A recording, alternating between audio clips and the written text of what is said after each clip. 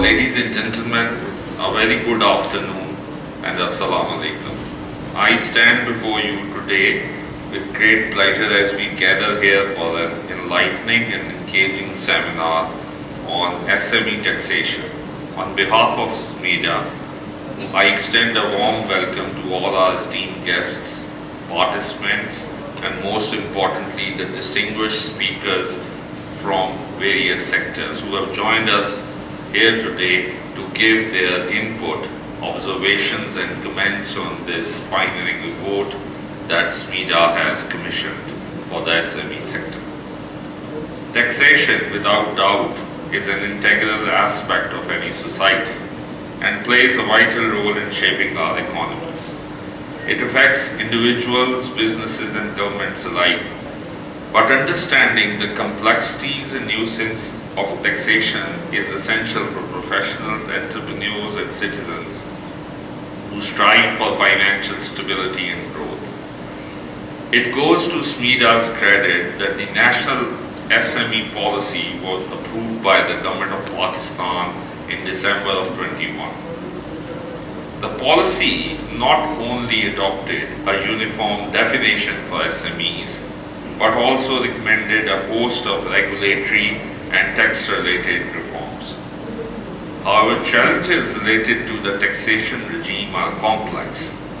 Bringing in formal SMEs into the tax net requires targeted efforts and incentivizing compliance. And this report is the first step in this challenging journey. Before embarking on an advocacy campaign to implement tax policy recommendations of the National SME policy, SMEDA thought it fit to create a dedicated project titled Research, Regulatory Insight and Advocacy Assistance for SME, titled RRIA. And it is through RRIA that today's study has been commissioned. Identifying, examining and analyzing the existing tax regime, income tax regime for SMEs. The main objective of this comprehensive exercise was to design and propose SME-focused and informed policy, advocacy and support initiatives for the consideration of the government of Pakistan and other relevant stakeholders for an improved and inclusive income tax environment for SMEs. Today's study, whose details you just now hear, extensively examines the legislative instruments, the tax structures, the procedures, documents, and penalties related to income tax taxation for SMEs. It also analyzes why SMEs evade taxes and why there is a resistance. This study has yielded some significant findings and proposes recommendations. And today we have gathered here to share the findings with the audience and enhance our knowledge and gain valuable insights from the speakers that are present today. All of our speakers today bring with them wealth of experience, knowledge in the field of taxation. Their expertise will undoubtedly provide valuable insight, practical tips, and practices that can be applied in real-world scenarios.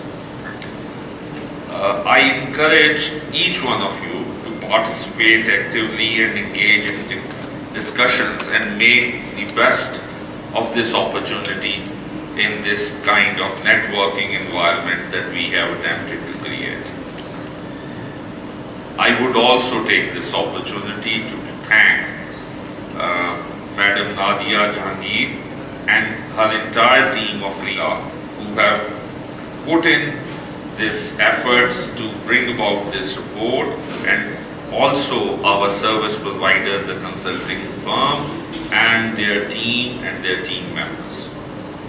I urge the participants today to seize this opportunity to connect with fellow professionals, share ideas and network.